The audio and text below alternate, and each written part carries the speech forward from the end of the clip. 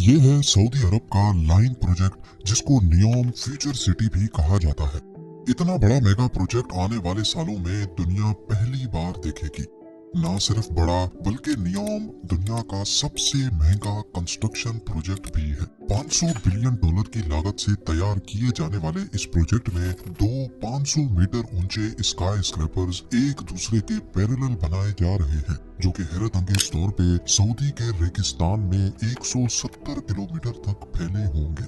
ये ऐसा ही है जैसे न्यूयॉर्क के वन वर्ल्ड ट्रेड सेंटर की 4500 कॉपीज बनाकर उनको एक ही लाइन में खड़ा कर दिया जाए। सऊदी क्राउन प्रिंस मोहम्मद बिन सलमान नियोम को फ्यूचर की एडवांस्ड लीनियर सिटी बनाने का ख्वाब रखते हैं। एक ऐसी सिटी जिसमें शीशे के फसाद के अंदर 90 लाख लोग रह पाएंगे। पर क्या ऐसा मुमकिन भी है कि नहीं? इसकी ऑर्गेनिक सिटीज के मुकाबले में क्या क्या फायदे हैं और क्या क्या नुकसानात? क्या कहीं सऊदी अरब अपनी गिरती हुई इकोनॉमी को बचाने के लिए अपना सब कुछ दांव पर लगाकर कोई गलती तो नहीं कर रहा?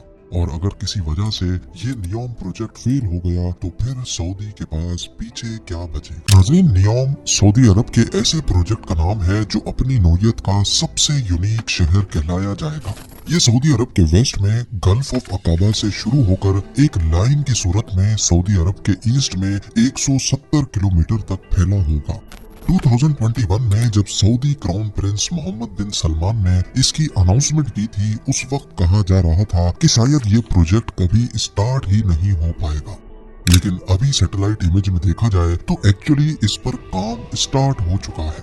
जो लोकेशन बताई गई थी एग्जैक्टली वहाँ एक बहुत बड़ी अंडर कंस्ट्रक्शन लाइन वाकई में नजर आ रही है। जहाँ लाइन की लंबाई 170 किलोमीटर तक फैली होगी, वहीं इसकी चौड़ाई सिर्फ 200 मीटर है। यानी ये चौड़ाई नॉर्मली किसी सोसाइटी के एक ब्लॉक जितनी है। नियोम की ऊंचाई को 500 मीटर तक प्लान किया गया है। 500 मीटर ऊंचे दो स्काई स्क्रैपर्स को 170 किलोमीटर तक खींचा जाएगा। ये इतना ही ऊंचा है जितना मुंबई के इंपीरियल 2 या कराची के बहरिया आइकॉन को डबल कर दिया जाए। तो अब आप खुद लाइन की हाइट और इसकी लंबाई का अंदाजा लगा लें कि ये कितना बड़ा मेगा स्ट्रक्चर होगा। जैसे 830 मीटर ऊंचे बुर्ज खलीफा की डायरेक्शन आसमान की तरफ है, वहीं नियोम ऊंचा तरीन तो नहीं लेकिन दुनिया का सबसे लंबा स्काई स्क्रैपर जरूर होगा। अगर ऐसा ही कोई प्रोजेक्ट न्यू दिल्ली में बनाया जाए तो उसकी लंबाई आगरा तक फैली होगी, या फिर कराची से स्टार्ट किया जाए तो ये प्रोजेक्ट हैदराबाद पर आकर खत्म होगा। सऊदी क्राउन प्रिंस के प्लान के मुताबिक इस पूरी लाइन सिटी में 90 लाख लोग रह पाएंगे। अगर इस पूरी लाइन सिटी का एरिया निकाला जाए तो हम इसकी लेंथ और विड्थ को मल्टीप्लाई करेंगे। 170 किलोमीटर की लेंथ और 200 मीटर या 0.2 किलोमीटर की विड्थ, तो ये बनता है सिर्फ और सिर्फ 34 स्क्वायर किलोमीटर। सिर्फ इस 34 स्क्वायर किलोमीटर में 90 लाख लोग रहेंगे। यानी एक स्क्वायर किलोमीटर में 2,64,705। इंडिया के 1 करोड़ 20 लाख आबादी वाले मुंबई का एरिया 603 स्क्वायर किलोमीटर है। यानी यहाँ एक स्क्वायर किलोमीटर में 19,900 लोग रहते हैं, जो कि नियोम की पॉपुलेशन डेंसिटी का सिर्फ 7.5% है। अगर दुनिया की सबसे बड़ी सिटी टोक्यो की एग्जांपल ली जाए तो यहाँ एक स्क्वायर किलोमीटर में 6,380 लोग रहते हैं, जो नियोम के मुकाबले में सिर्फ 2.4% है। अब ये बात तो साबित हो गई कि एरिया के हिसाब से नियोम बहुत ज्यादा ऑप्टिमाइज्ड प्रोजेक्ट है, जहाँ कम जमीन पर ही ऑर्गेनिक सिटीज के मुकाबले में काफी ज्यादा लोग रह पाएंगे। यानी जो काम 500 से 600 स्क्वायर किलोमीटर के शहर में होना था, वही ये काम सिर्फ और सिर्फ 34 स्क्वायर किलोमीटर में पूरा हो रहा है। इस बात में कोई शक नहीं है कि सऊदी प्रिंस की ये प्लानिंग बेशक बहुत पॉजिटिव है। जिस स्पीड से दुनिया की पॉपुलेशन बढ़ रही है, नियोम जैसी प्री प्लान्ड सिटीज ही फ्यूचर में बाजी ले पाएंगी, क्योंकि इसमें ऑर्गेनिक शहरों के मुकाबले में ज्यादा लोग बहुत कम रिसोर्सेज पर रह पाएंगे। इनको जल्दी भी बनाया जा सकता है और काफी ज्यादा सस्ता भी। इस किस्म की सिटीज को लीनियर सिटी कहा जाता है, क्योंकि नियोम एक प्लान्ड लीनियर सिटी है। इसी वजह से इसके काफी फायदे भी हैं। जैसा कि नॉर्मल सिटीज में रिसोर्सेज काफी जाया होते हैं, लेकिन लीनियर सिटी में सब कुछ प्लान्ड होने की वजह से रिसोर्सेज का लॉस ना होने के बराबर होता है, जिससे ऑपरेटिंग कॉस्ट भी कम हो जाती है। इसका अंदाजा आप इस बात से लगा लें कि मेक्सिको सिटी की पॉपुलेशन भी नियोम की प्रोपोज पॉपुलेशन जितनी ही है। लेकिन अगर मेक्सिको सिटी में सारे रोड्स को ऐड कर दिया जाए, जिसमें मेन रोड्स, स्ट्रीट्स और एक्सप्रेस वेज भी शामिल हैं, तो यहाँ टोटल 3 लाख किलोमीटर से भी ज्यादा रोड्स बनाए गए हैं। इस रोड नेटवर्क को वन पीस में बनाया जाए तो ये अर्थ के 7.5 चक्कर लगा सकता है। इसके मुकाबले में सेम पॉपुलेशन वाले नियोम में सिर्फ 170 किलोमीटर का रोड नेटवर्क होगा।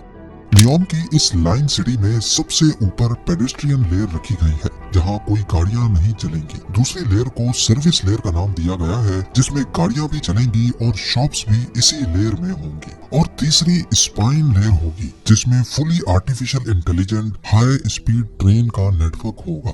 किसी को भी पूरे नियोम के 170 किलोमीटर में कहीं भी जाना होगा, वो लिफ्ट के जरिए स्पाइन लेयर में जाएगा और ट्रेन में बैठकर अपनी मंजिल पर रवाना होगा। इस पूरे 170 किलोमीटर को ये हाई स्पीड ट्रेन सिर्फ 20 मिनटों में कवर कर पाएगी। ये 20 मिनट तो हम किसी मेट्रोपॉलिटन सिटी में ट्रेवल के दौरान ट्रैफिक सिग्नल्स पर ही जाया कर देते हैं।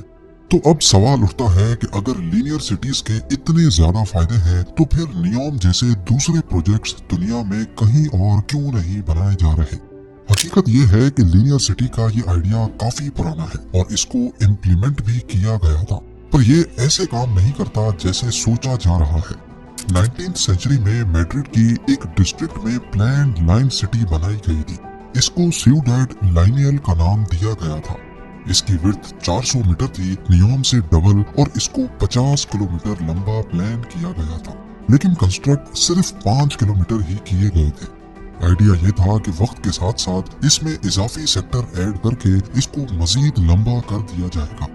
पर अगर ग्राउंड सिचुएशन देखी जाए तो आपको ये बात जानकर हैरत होगी कि मैड्रिड में आज इस लाइन सिटी को ढूंढना काफी मुश्किल है। ये है वो 5 किलोमीटर की लाइन। आज इसके गिर्द फैले शहर ने इसको पूरी तरह से छुपा दिया है और असल में होता भी यही है। दुनिया में कहीं भी नजर दौड़ाकर देख लें, शहर या बस्तियां हमेशा ऑर्गेनिक तरीके से ही ग्रो करती हैं।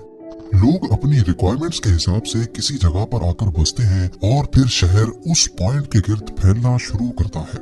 कहीं भी शिफ्ट होने से पहले हम अपने ऑफिसेज, स्कूल्स या यूनिवर्सिटीज तक का डिस्टेंस देखते हैं। अपनी कन्वीनियंस के हिसाब से शहर में कोई एक लोकेशन सेलेक्ट करके वहां शिफ्ट होते हैं, जबकि लीनियर सिटीज में ये ऑप्शन नहीं होता, बल्कि सबको एक ही पैटर्न में रहना पड़ता है। और क्योंकि ये लंबी ज्यादा होती हैं, इसी वजह से लोगों के दरमियान डिस्टेंस भी काफी बढ़ जाता है। मैड्रिड की लाइन सिटी में भी कुछ ऐसा ही हुआ था। ये लोगों की रिक्वायरमेंट्स पर पूरा नहीं उतर सकी, जिसकी वजह से ये आगे तो नहीं बढ़ पाई बल्कि फैलना शुरू हो गई। लीनियर सिटीज के जितने भी फायदे हैं वो असल में गवर्नमेंट्स के लिए हैं। इनको ऑपरेट करना आसान होता है और इसमें खर्चा भी कम होता है, लेकिन इंसान इसके अंदर बाउंड होकर रह जाते हैं। और सबसे बढ़कर लाइन सिटी कितनी ही लंबी क्यों ना हो, लेकिन बाहर की दुनिया पे डिपेंडेंट ही रहती है। डेली लाइफ की रिक्वायरमेंट्स पूरी करने के लिए सामान बाहर से ही आता है और जाहिर है ये सारा सामान लाइन सिटी की एंट्री और एग्जिट पॉइंट से ही अंदर आता है। इस तरह इनके एंट्री और एग्जिट पॉइंट्स पर नई ऑर्गेनिक सिटीज बनना शुरू हो जाती हैं, जो फिर आहिस्ता आहिस्ता ओरिजिनल लाइन को डिस्टर्ब करना शुरू कर देती है। मैड्रिड के अलावा भी कई और मुल्कों में लाइन सिटीज के प्रपोजल दिए गए थे, लेकिन वो कभी कंप्लीट ही नहीं हो पाए या फिर उनकी कंस्ट्रक्शन से पहले ही प्रोजेक्ट कैंसिल हो गए। तो अब सवाल उठता है कि ये सब जानते हुए भी सऊदी अरब ने $500 बिलियन के इस नियोम प्रोजेक्ट में क्यों हाथ डाला। सऊदी अरब ने खुद को ऑयल की कमाई पे इतना यूज टू कर लिया है कि अब उनके लिए मसले खड़े होना शुरू हो गए हैं। जहां दूसरी अरब कंट्रीज ने बहुत पहले से ही ये खतरा भांप लिया था और अपनी इकोनॉमीज को टूरिज्म की तरफ डाइवर्ट कर दिया था, वहीं एक्सपर्ट्स का मानना है कि सऊदी अरब को आने वाला खतरा वक्त पर नजर नहीं आया। एस्टिमेट्स के मुताबिक 2050 के आसपास अर्थ के तमाम फॉसिल फ्यूल रिजर्व्स खत्म हो जाएंगे और इस आने वाली मुसीबत में सबसे ज्यादा सऊदी अरब को अफेक्ट होने वाली है। यही वजह है कि दुनिया तेजी से इलेक्ट्रिक कार्स या ग्रीन एनर्जी की तरफ जा रही है।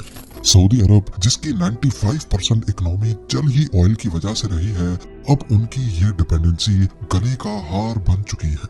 एक्सपर्ट्स का ख्याल है कि इस डिपेंडेंसी से निकलने के लिए और सऊदी इकोनॉमी को टूरिज्म और टेक्नोलॉजी पर डाइवर्ट करने के लिए ही क्राउन प्रिंस ने ये कदम उठाया है। सऊदी का मेन सोर्स ऑफ इनकम है सऊदी अरामको, जिसकी कुल मालियत $2 ट्रिलियन है। पर ये पैसे तो ऑयल कंपनी की वर्थ है जो इनको हर साल $120 बिलियन का प्रॉफिट जनरेट करके देती है, जिसमें से करीब 70 बिलियन तो कंट्री के खर्चों में बजट की सूरत में चले जाते हैं। पीछे बचते हैं $50 बिलियन।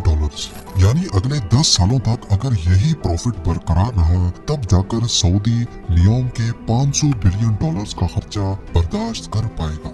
और अगर किसी वजह से ये प्रोजेक्ट फेल हो गया तो फिर सऊदी अरब के पास अपनी इकोनॉमी को डाइवर्ट करने का, दूसरे इनकम रिसोर्सेज ढूंढने का वक्त नहीं बचेगा। आपका इस बारे में क्या ख्याल है, मुझे कमेंट सेक्शन में जरूर।